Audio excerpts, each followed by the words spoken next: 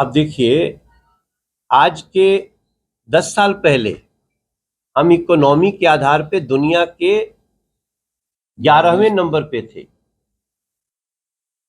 और आज 10 साल के अंदर, और ये तब ज्यादा इंपॉर्टेंट है जब 2014 के बजट में, इंटरिम बजट में कहा गया था कि हम दुनिया की 5वीं शक्ति बन सकते हैं 30 साल बाद, और 10 साल के अंदर हम दुनिया की 5वीं सबसे बड़ी इकोनॉमी बन गए। देश वही है, लोग वही हैं।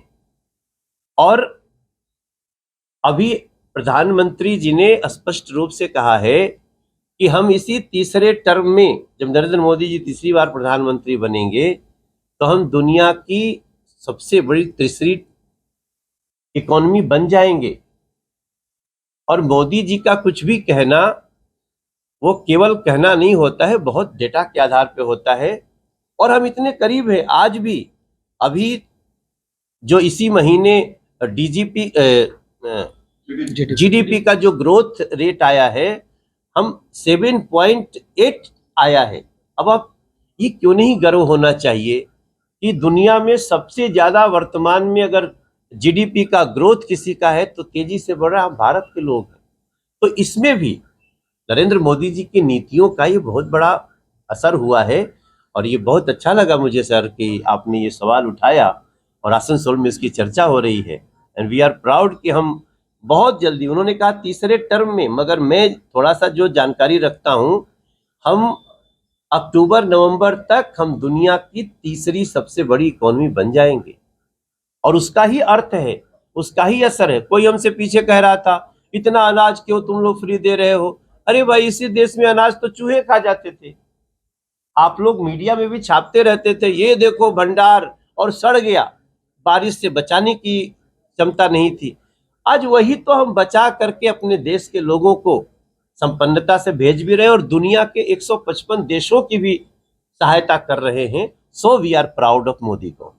देखिए, अब वो तो जैसा उनका परिवार होगा इस समय वैसे ही सोचेंगे।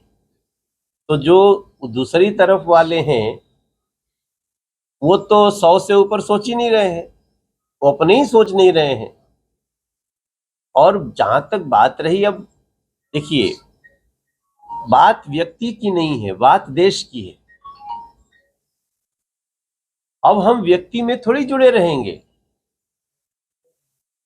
हमारा किसी से व्यक्तिगत कोई शत्रुता नहीं है, लेकिन सनातन के शत्रुओं को तो रोकना पड़ेगा। अभी हमारे पश्चिम बंगाल में जो घटनाएं हुई, उन पे किसी को भी तो हमने किसी सांसद को कुछ बोलते नहीं सुना।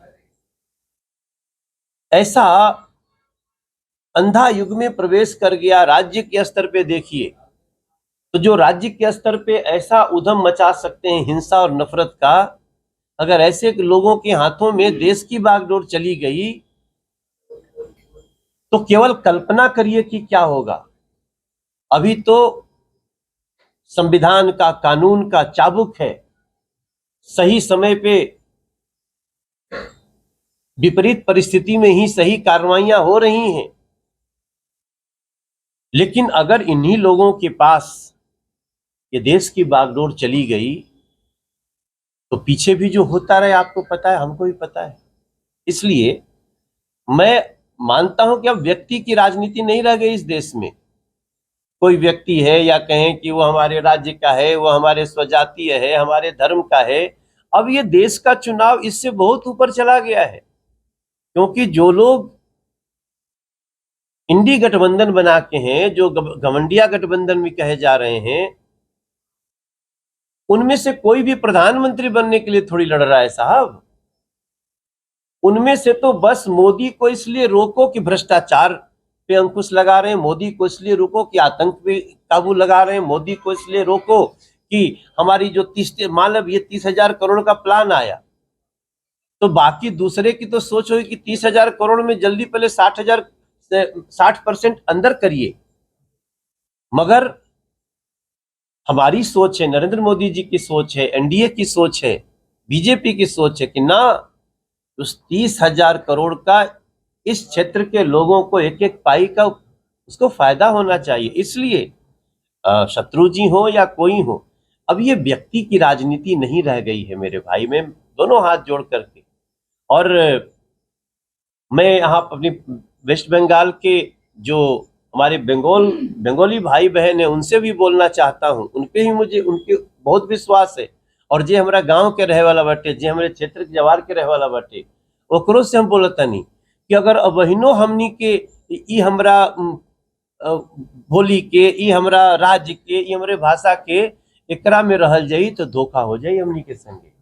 ऐसे हम दोनों हाथ जोड़ के प्रार्थना करतनी। আমি प्रार्थना করছি 2024 में मोदी ये भारत की तैयारी है, सजी अयोध्या बोल रही है, अब जनता की बारी है।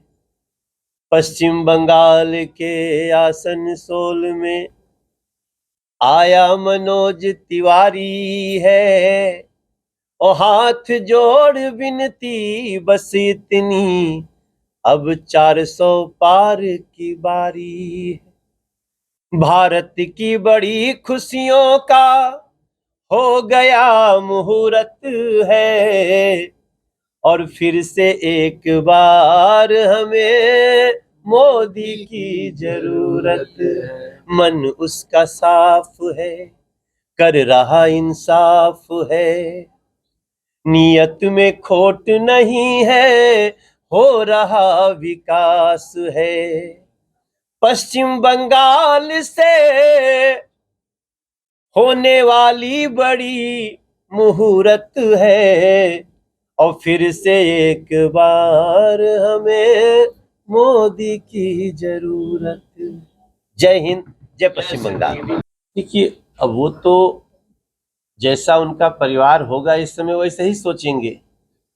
तो जो दूसरी तरफ वाले हैं वो तो 100 से ऊपर सोच ही नहीं रहे हैं, वो अपने ही सोच नहीं रहे हैं। और जहां तक बात रही, अब देखिए, बात व्यक्ति की नहीं है, बात देश की है।